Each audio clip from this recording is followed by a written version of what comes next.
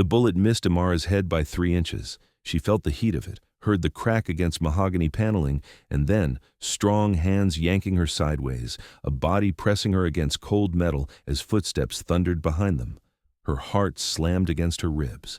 The man holding her smelled like expensive cologne and danger. "Don't scream," he whispered in accented English, his breath hot against her ear. "Don't move, and for God's sake, don't look back." But she already had. She'd seen the guns, the schematics, the faces of men who dealt in death, and worst of all, she'd seen him. Imara Uwase didn't belong here, and everyone knew it.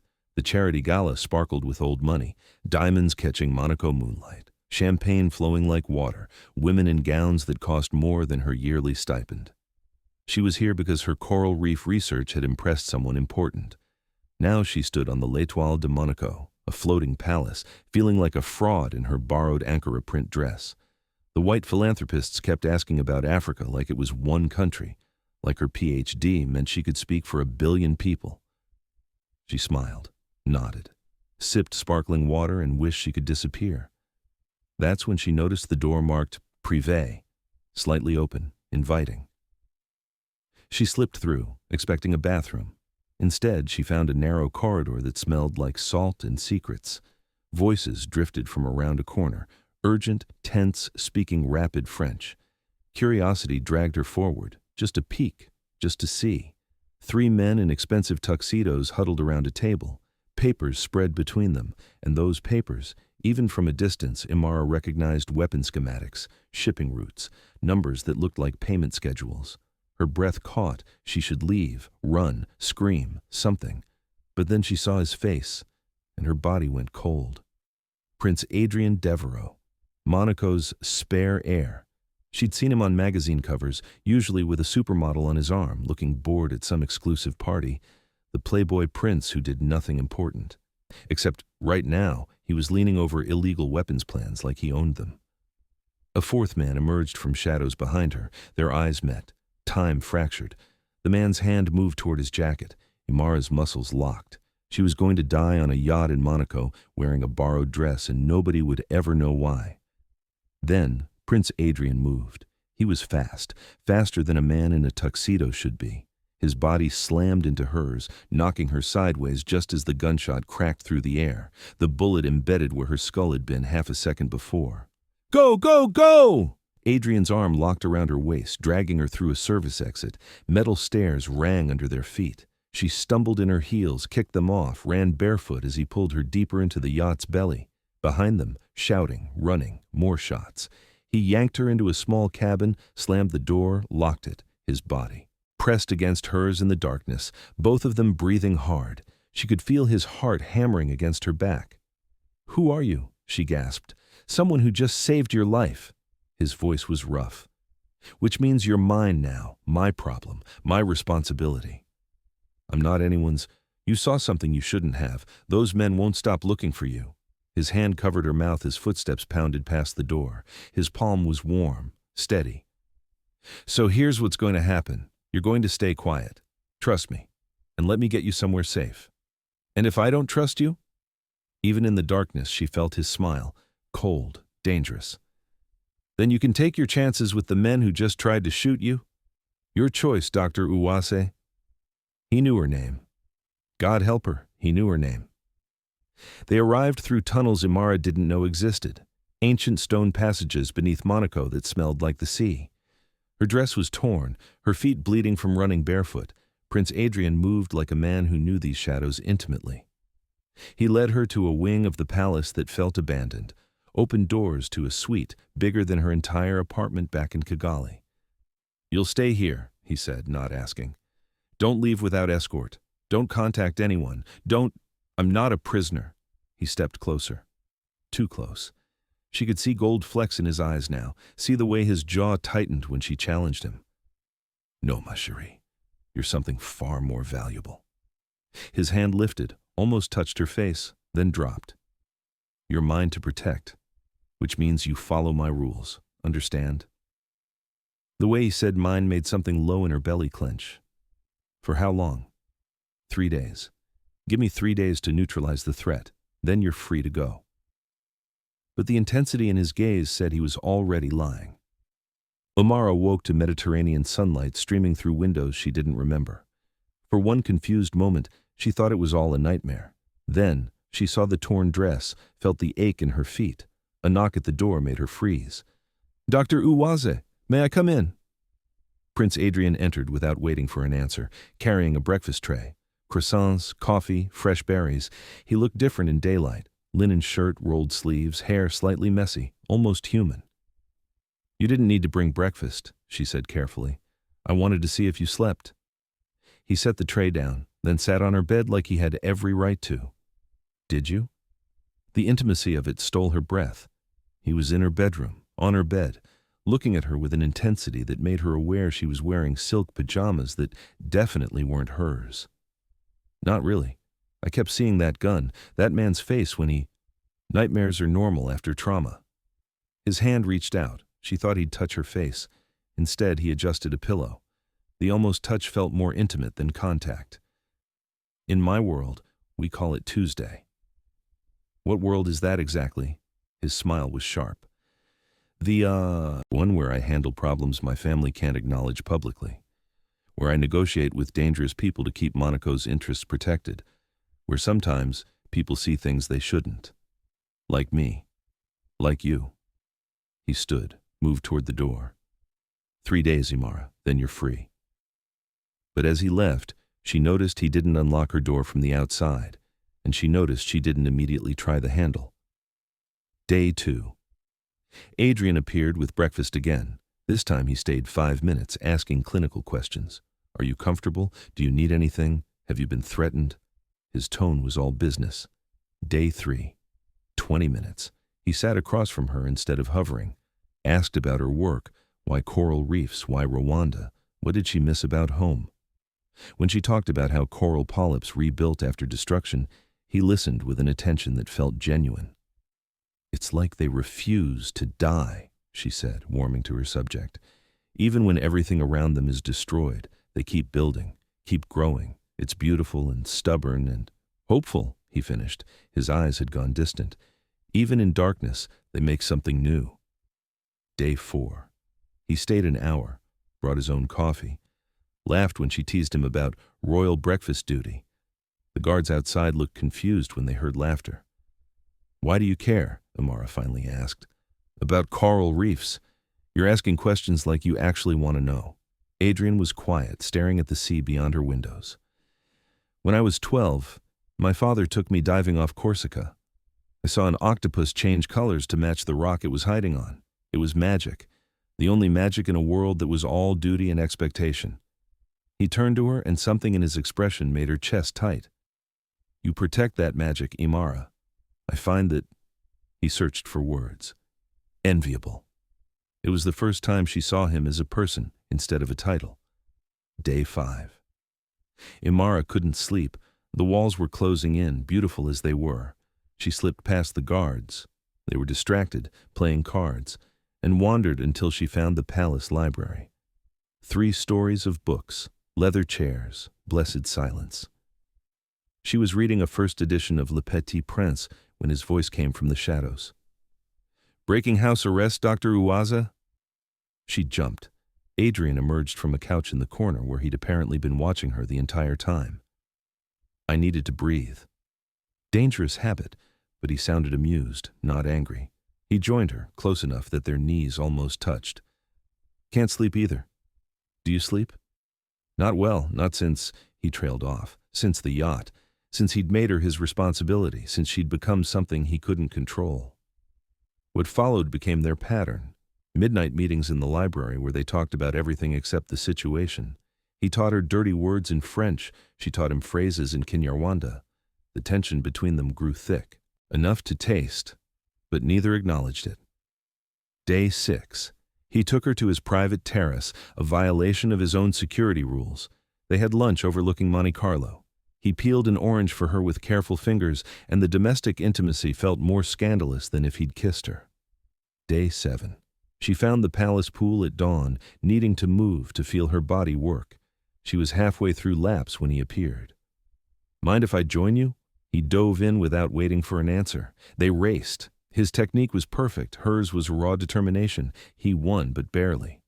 When they surfaced, breathless and laughing, water dripping down his face, she realized she was in serious trouble, the kind that had nothing to do with arms dealers. "You're fast," he said, treading water close enough that she could feel the current from his movements. "You're not bad yourself. For a prince. What if I told you I'm not really a prince, just a man who wants—" He stopped himself, looked away. "I should let you finish your swim." But he didn't move. Neither did she. The water between them felt electric. Day 8. Imara woke to find not breakfast but a garment bag on her chair. A note in Adrian's handwriting. "There's a state dinner tonight. I'm tired of eating alone. Wear this."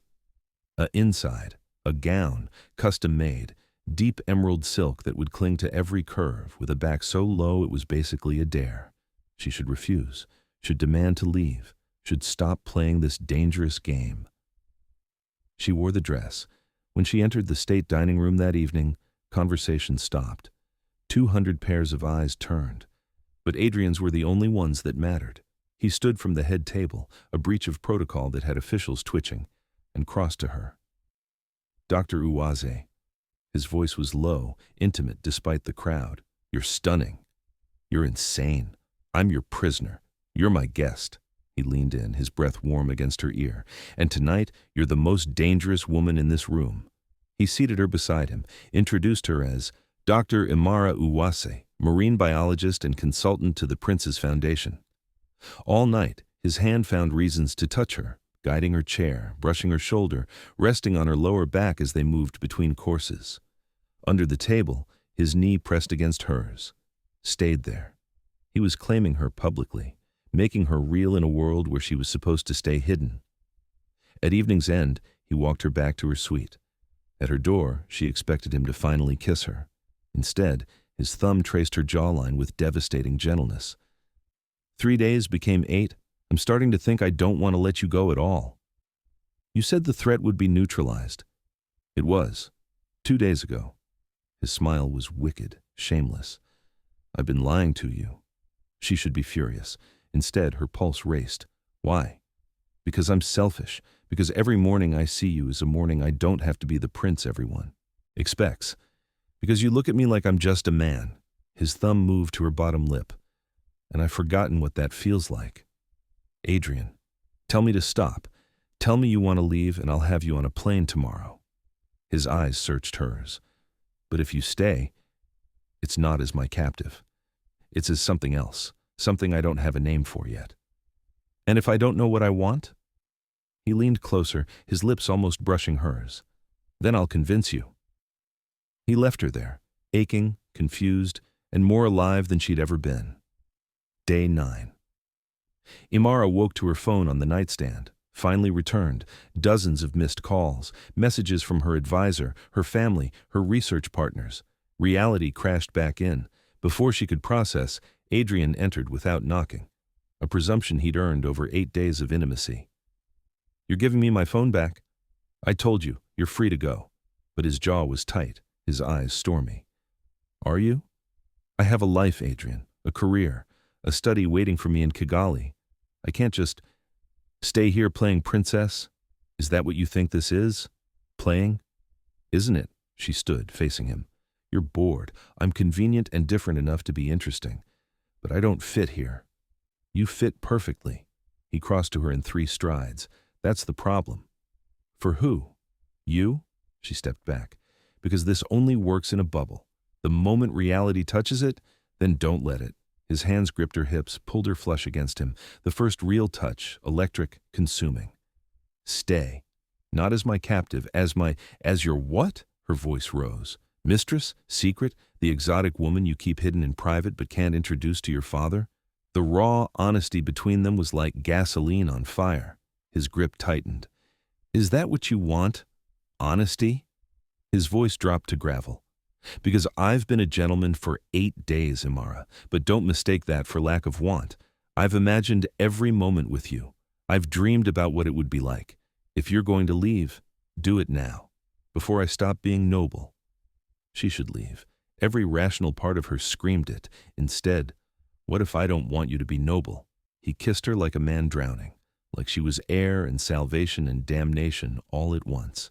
His hands tangled in her locks, her back hit the wall, her legs wrapped around his waist on instinct.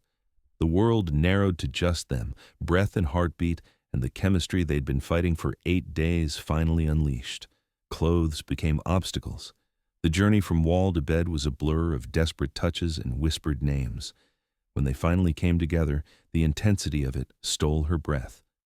This was what all the tension had been building toward, not just physical, but emotional, every wall between them crumbling in the space of heartbeats. "Look at me," he whispered, his forehead pressed to hers. "I want you to see me." And she did. Not the prince, not the playboy. Just Adrian, vulnerable and wanting and completely present with her. The connection between them felt like nothing she'd ever experienced. Raw, real, overwhelming in the best way. Afterward, tangled in silk sheets, his fingers traced lazy patterns on her spine. "Stay," he whispered. "Not because I'm keeping you, because you want me." And God help her, she did. Day 10. The morning should have been bliss. Instead, tension crackled over breakfast. Adrian was distant, taking calls, distracted. The ease they'd built had splintered. Then a woman joined them, unannounced. Late 30s, platinum blonde, dressed in Chanel. She kissed Adrian's cheeks like she owned him. "Adrian, darling, your mother is asking about the Khan commitment." Then, noticing Imara, "Oh, I didn't realize you had company?" "Imara, this is Celeste Dubois, my father's chief of staff." The way he didn't elaborate said everything. Celeste's smile was sharp as a knife. "Dr. Uwazi, how long are you planning to extend your visit?" After Celeste left, Imara confronted him. "Who is she really?" "I told you." "Don't. I can smell history." His jaw tightened. 3 years ago, briefly, it was a political arrangement. "You slept with her because Daddy said so?" "You don't understand how this works. Who I'm allowed to be with isn't about want. It's about bloodlines and alliances. And I'm neither." The truth settled like stones. "I'm the coral reef biologist from Rwanda. I don't come with a portfolio. I'm just the woman you slept with because I was convenient." "That's not—" "Then what am I?" Her voice cracked. "Because in 8 weeks there's a royal summit, 12 eligible women from appropriate families. Your father expects you to choose one.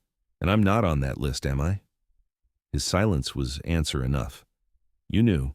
This whole time you knew there was an expiration date, and you let me fall anyway." "I'm trying to figure this out." "No, you're trying to have everything. The dutiful prince and the girl who makes you feel human. But I'm not a fantasy you get to indulge before you do your duty." She walked away. He didn't stop her. Day 11. Imara was packing, really packing. Her flight to Kigali left tomorrow. She just needed to survive one more night. Then an envelope appeared under her door. Inside, photographs, documents, evidence, photos from the yacht, but from angles she didn't see. Adrian with the arms dealers, yes. But also Adrian wearing a wire. Photos of him meeting with Interpol agents, documents detailing a 6-month undercover operation, a handwritten note in his script. "You deserved the truth from the beginning. The operation was classified. Your safety depended on not knowing. The men you saw are now in custody. You were never in danger after that first night. But I kept you here anyway, not for security. Because I'm a selfish bastard who wanted you more than he wanted to do the right thing. You were right. I tried to have everything. And I lost the only thing that mattered." Imara sat on the floor, surrounded by evidence that reframed everything. He wasn't the playboy prince dealing in shadows. He was stopping the dealers, risking his life. And she'd just destroyed him for trying to navigate an impossible situation. But the summit was still real. The expectations still real. She had a choice: leave with dignity intact, or stay and fight for something doomed from the start. She was still deciding when her door opened. Adrian entered without permission. He looked wrecked, still in formal wear from some event, tie loose, hair disheveled. "You weren't in at dinner." "I'm leaving tomorrow." "I know." He closed the door, locked it. The sound felt final. "I came to say goodbye and to claim what's mine one last time." "Excuse me?" "You heard me." He stalked toward her. "I saved you, sheltered you, Gave you 8 days of my life, time I don't give anyone. You don't walk away without giving me what I want." "What you want?" Fury rose in her chest. "I'm not a debt to collect. No. You're the woman I can't stop thinking about. The one I want so badly I'm willing to burn everything down." He backed her against the wall. "I want you, Imara. One more night, one more memory before I do my duty and marry some vapid socialite who'll never make me feel like you do." "So that's it? You take what you want because you're a prince and desire is your birthright. Isn't it?" His hands caged her. "I could have you, right here, right now. Your body tells me you want this too." She slapped him, hard. The crack echoed. They both froze. Then something in him broke, not into violence, but devastation. He stepped back, touching his reddening cheek. "You're right. God, you're right." His voice cracked. "I'm my father's son, taking what I want and calling it duty or desire. You deserve better than this, better than me." "I thought you were different," Imara said through tears. "I thought underneath the title you were just a man who wanted to be seen. But you're exactly what I feared. I am just a man." He sank onto her bed, head in hands. "A man who wants you so much it's destroying me. Who lies awake knowing in 8 weeks I'll stand beside someone else and pretend to be happy. Who kept you trapped because I couldn't bear to let you go." He looked up. "You're right. I'm selfish and entitled, everything you should run from." "Then why did you come here?" "Because I'm an addict and you're the drug. Because I wanted one more hit before I quit cold turkey. Because I'm cruel enough to ask you to stay even though I know I'll destroy you." "Then this is goodbye."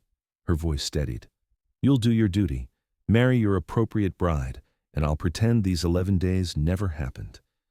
"Imara, get out, Adrian. If you ever felt anything real, get out and let me leave with what's left of my heart." He stood, walked to the door. Hand on the knob, he stopped.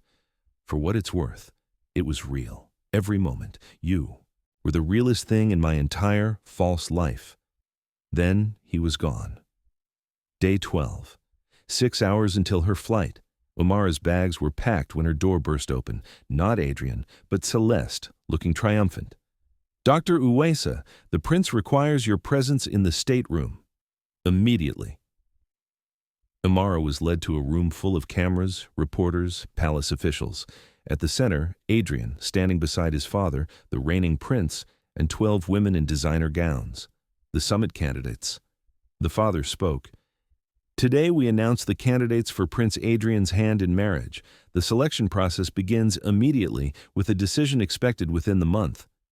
Imara felt sick. This was why she'd been summoned, to witness her insignificance. But then Adrian spoke. "Father, members of the court, distinguished guests." His voice was formal, princely. "I appreciate the effort that has gone into this selection. However, I must respectfully decline." Gasps. His father's face went purple. "Adrian, you discussed, I obeyed. For 32 years, I've been the dutiful spare. I've handled your dirty work, protected Monaco's interests in ways that would horrify these people if they knew, and never once asked for anything." He turned, found Imara in the crowd, their eyes locked. "Until now." He walked toward her, past cameras, past candidates, past every rule of protocol. "I'm in love with a coral reef biologist from Rwanda. She's brilliant, fierce, and doesn't give a damn about my title. She makes me want to be worthy of her instead of worthy of a crown. I've been a coward, keeping her hidden while I did my duty." He stopped in front of her, took her hand. "But I'm done being good. Imara, I know I've hurt you. I know I tried to have everything and treated you like something I could keep in a box, but I'm choosing now. I choose you. Publicly, completely, even if it costs me everything." His father's voice cut through. "If you do this, you'll be removed from succession. You'll lose your title, your position. Is she worth that?" Adrian never looked away from Imara. "She's worth more." To her, "I can't promise you a palace. I might not have one after today. I can't promise you a title. But I can promise you're not a secret, not a fantasy. You're the woman I love, and I'm begging for the chance to prove I can be the man you deserve." Imara looked at him, this prince throwing away everything in front of cameras. It was grand, romantic, insane. "You're asking me to believe this? After you kept me prisoner? After you tried to claim me like property last night?" "Yes. No justification." I'm asking you to gamble that people can change, that love can be stronger than programming, that I can learn to be your partner instead of just a prince." She pulled her hand from his. His face fell.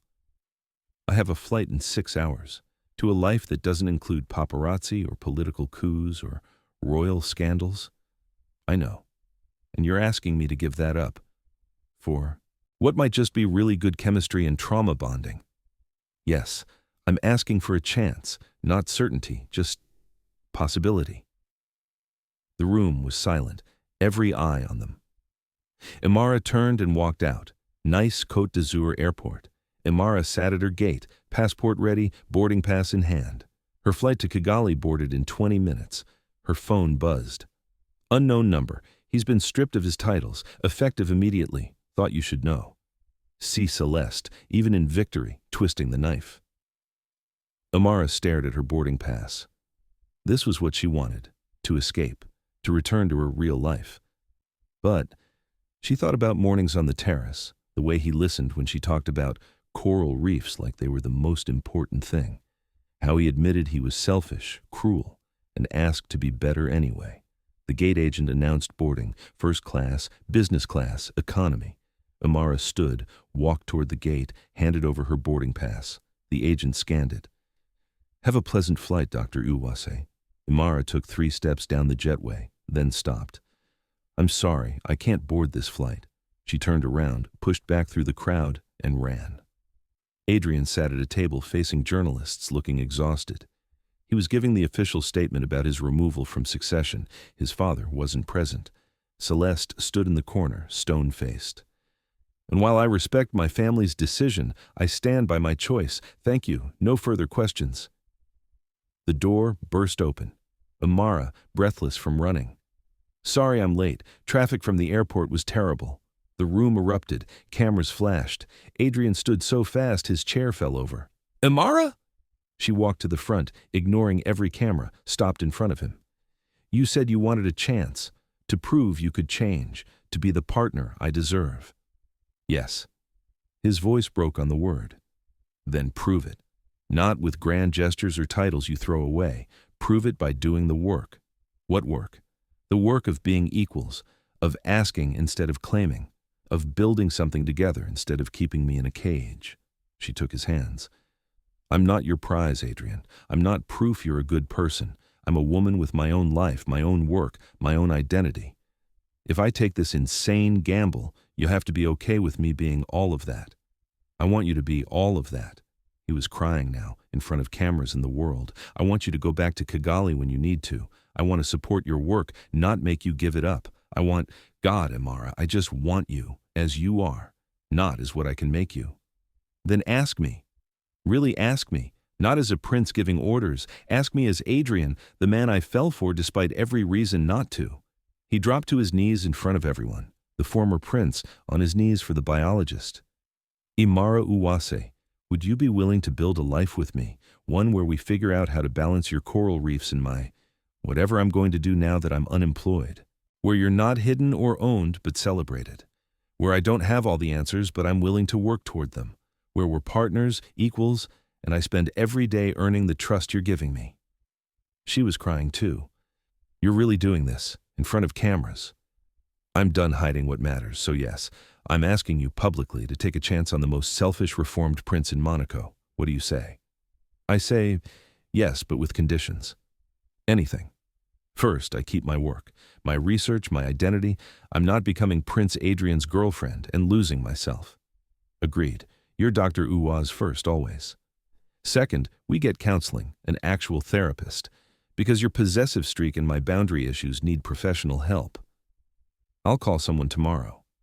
"Third," she pulled him to his feet, "no more breakfast in bed unless you've actually slept in that bed with me. I'm done with your chivalrous distance. If we're doing this, we're doing this." His smile was wicked. "I think I can manage that. And finally, you have to teach me everything about Monaco, the real Monaco, not the tourist version, because if I'm staying, I'm not being a tourist in your life." "Deal." He kissed her then, deep claiming but also soft, like a promise instead of conquest. The cameras went wild, a modest apartment overlooking the port, not a palace, not a suite, a home they chose together. Imara unpacked research equipment while Adrian made dinner, badly. He was learning. They'd spent 3 months navigating his family's fury, tabloid frenzy, her family's skepticism, and the practicalities of 2 careers, 2 cultures, 2 people learning to be partners. It was hard, harder than fantasy suggested, but it was real. "I got the grant," Imara announced, reading an email. "Full funding for the coral restoration project in Rwanda." "That's incredible." He dropped the spatula. Dinner was burning, again. "When do you leave?" 3 weeks, for 6 months. She watched him process this, the first real test. "Okay, then I'm coming with you." "Adrian, you don't have to." "I'm not coming to hover. I'm coming because you mentioned they need help with the Marine Education Center. I have time, money, well, some money, and a desperate need to be useful. Plus, I've always wanted to see Rwanda." She studied him. "You're serious?" "I told you I wanted to support your work. This is me following through." He pulled her close. "Besides, 6 months apart, 3 months in, I'm reformed, not stupid." They kissed, familiar now, comfortable, but still electric. "You know you're a terrible cook, right?" she said against his lips. "I'm learning." "You burned water last week." "It was an experiment in steam production," she laughed, the sound filling their small, imperfect, real apartment. "Fine, I'll cook, you clean. Partners?" "Partners?" He kissed her forehead, her nose, her lips. "Though I reserve the right to occasionally wake you with breakfast. As long as it's edible. No promises." Monaco Yacht Harbor. Imara and Adrian stood on a dock, not on a royal yacht, but on a research vessel preparing for a coral restoration demonstration. They'd returned from Rwanda for this, launching the Prince's Foundation's new marine conservation initiative. Adrian was still involved with the foundation, now as director instead of figurehead. "Nervous?" Adrian asked, squeezing her hand. "Terrified. You?" "Your ex-fiancé candidates are in the audience. Celeste is probably taking notes, and your father might show up." He shrugged. "Let them. A year ago, I would have cared. Now? You're about to show the world how to save dying coral reefs. That matters more than who's watching." As Imara prepared to board, she paused, looking back at the harbor where it all began. The yacht where she almost died, the palace where she was captive, the country that became a complicated home. "Do you ever regret it?" she asked. "Everything you gave up?" Adrian considered this. Really considered it. "I regret hurting you. I regret the version of myself who thought he could have everything without sacrifice. I regret my family can't see past duty." He turned to her. "But regret choosing you? This life? Never. Not for a second. Even though you're the disgraced prince in every headline? Especially because of that. That disgrace bought me freedom. And you." He pulled her close. "I was dying in that palace, Imara, slowly suffocating. You didn't save me. I don't need saving. But you showed me there was a door I could walk through, and I'm grateful every day I had the courage to take it." They boarded the vessel together. As it pulled away from the dock, Imara looked back. There, on the shore, watching, Adrian's father. He didn't wave, didn't smile, but he was there. It wasn't forgiveness, not yet, but it was witness. And for now, that was enough. That night in their apartment, tangled in sheets that smelled like sea salt and home. "Imara?" "Thank you." "For what?" "For running back from the airport, for taking the gamble, for teaching me that love isn't about claiming or owning, it's about choosing. Every day." She turned in his arms, traced his jaw. "You're welcome, but Adrian." "Yes?" "If you ever try to keep me in a gilded cage again, I will absolutely destroy you." He grinned, that wicked, dangerous grin that still made her heart race. "I believe you, and I love you anyway. I love you too, even though you're still a terrible cook. I made you toast this morning without burning it. You get a gold star." They fell asleep like that, equal parts teasing and tender, complicated and content. 2 people who chose the hard path because it led to each other. And in Monaco, where fairy tales are supposed to be perfect, they built something better, a love story that's real. For Imara, she learned that being chosen doesn't mean being owned, that she can be loved without losing herself, that the right partner doesn't ask, her to shrink. He asks how he can help her grow. She went from the woman who almost died on a yacht to the woman who transformed a prince and launched an international conservation initiative. Her emotional journey from captive to claiming her power. For Adrian, he learned that desire without respect is possession, not love. That privilege isn't permission. That the greatest act of power is giving it away for something that matters more. He went from the entitled spare heir to a man who chose meaning over monarchy. His emotional journey from claiming what he wanted to earning what he needed. Together, they proved that love isn't about grand gestures or perfect compatibility. It's about two imperfect people doing the daily work of choosing each other, challenging each other, and building something neither could create alone. Their story isn't about a prince saving a woman. It's about two people saving each other from the prisons they were living in. And that's the most scandalous romance of all.